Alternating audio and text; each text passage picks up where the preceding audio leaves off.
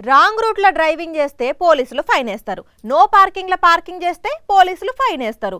Over speed తోని పోయినా పోలీసులు ఫైన్ వేస్తారు. సిగ్నల్ జంప్ చేసినా ఫైన్ పడుతుంది.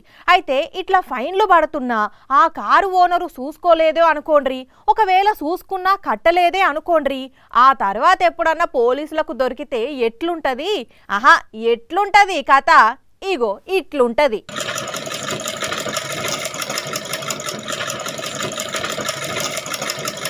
వాయమ్మనే ఏందుల్లా మిషన్లకెంచి ఫైన్ల షిట్టి వెళ్తనే ఉన్నది కదా, శాంతాడంతా ఉండేటట్టే కొడుతున్నది.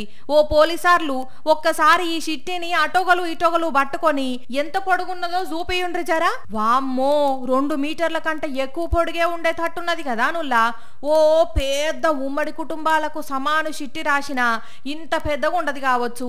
కాకినాడ రూరల్లా పోలీసులు వెహికల్ చెకింగ్ చేస్తుంటే పెండింగ్ చలాన్లతోనున్న కారు చిక్కింది.